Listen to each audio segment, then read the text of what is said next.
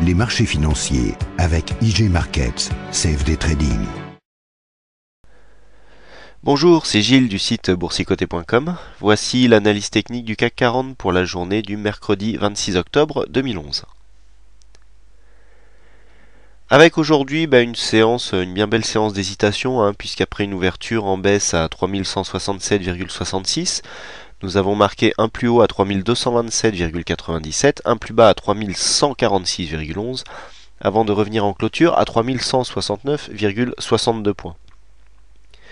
Le CAC 40 perd 0,15% sur cette séance, presque 5 points perdus par rapport au cours de clôture d'hier. Donc c'est une séance de baisse dans les chiffres, mais on va dire que c'est stabilité, donc pas grand chose à rajouter par rapport à la précédente analyse.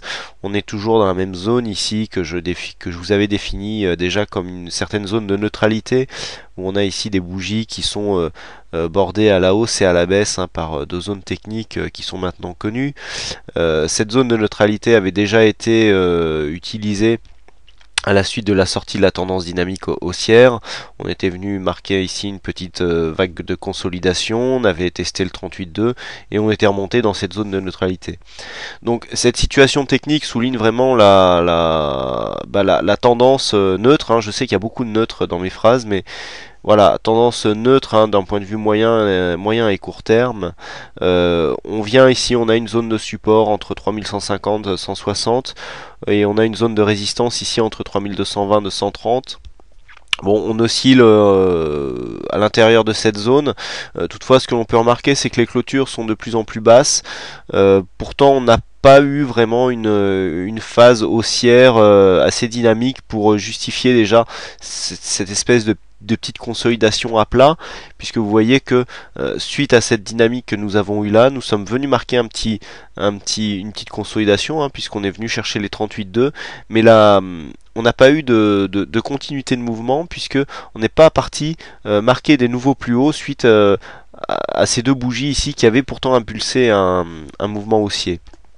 Donc là, on était venu là et puis déjà on s'affaiblit alors qu'il n'y a pas de plus haut qui ont été marqués.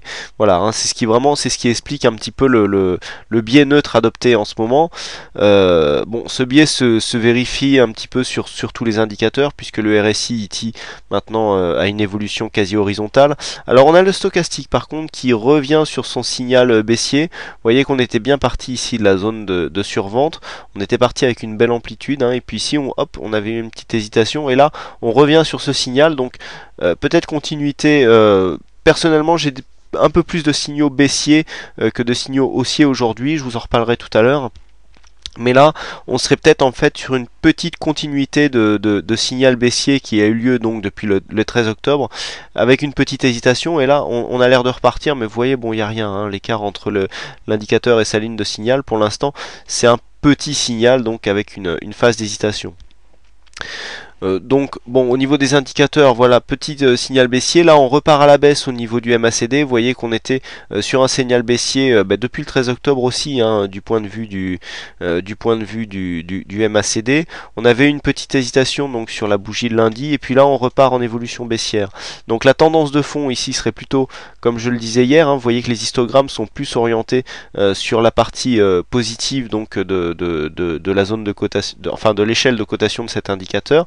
C'est-à-dire les histogrammes sont orientés vers le haut tout simplement, donc ce qui souligne vraiment la tendance, je dirais moyen court terme, qui est quand même légèrement haussière, même si ici on a une perte de dynamique puisqu'on n'arrive plus à marquer des nouveaux plus hauts.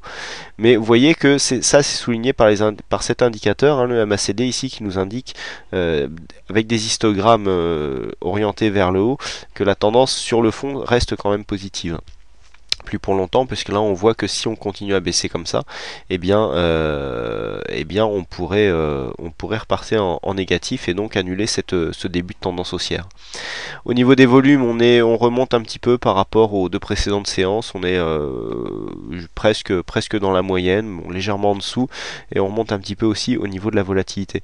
Donc pas grand chose de nouveau. Personnellement sur les backtests que j'utilise, je peux vous faire voir ça rapidement. Voilà, on voit donc ici les signaux, les deux signaux de sortie de titre haussier et de prise de couverture. Là, par rapport au backtest, on serait plutôt baissier. Hein, on voit d'ailleurs que les positions sont rouges, donc là on serait plus au niveau des portefeuilles et donc des statistiques, on serait à la fin d'une phase haussière qui pourtant donc avait démarré ici. Vous voyez que on a démarré là, donc on reverra ça sur le graphe principal.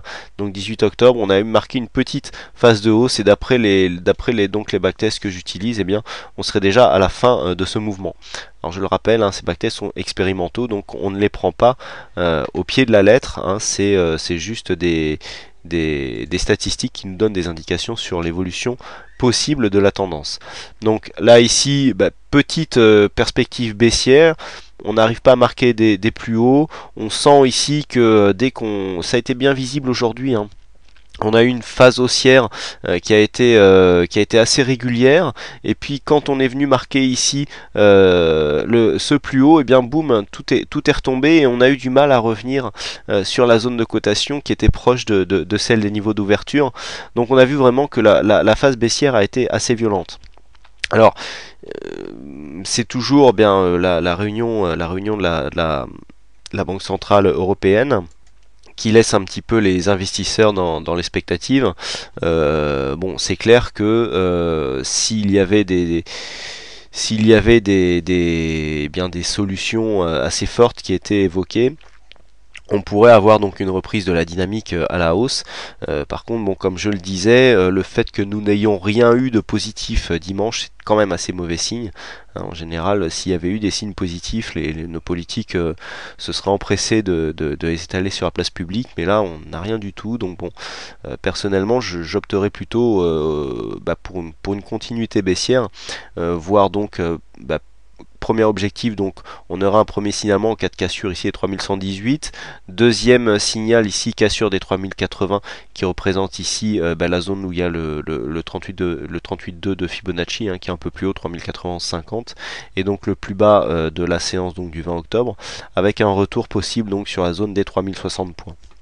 Ça serait le premier objectif, et en cas vraiment de mouvement fort qui pourrait se mettre en place, on pourrait revenir assez facilement sur la zone des 2970 points, hein, qui constitue ici un support majeur donc pour les zones de cours. Donc bon, personnellement j'aurais un biais plutôt baissier, mais voilà, c'est encore une fois la politique qui fera les cours, et bien nous serons donc suspendus à leur décision.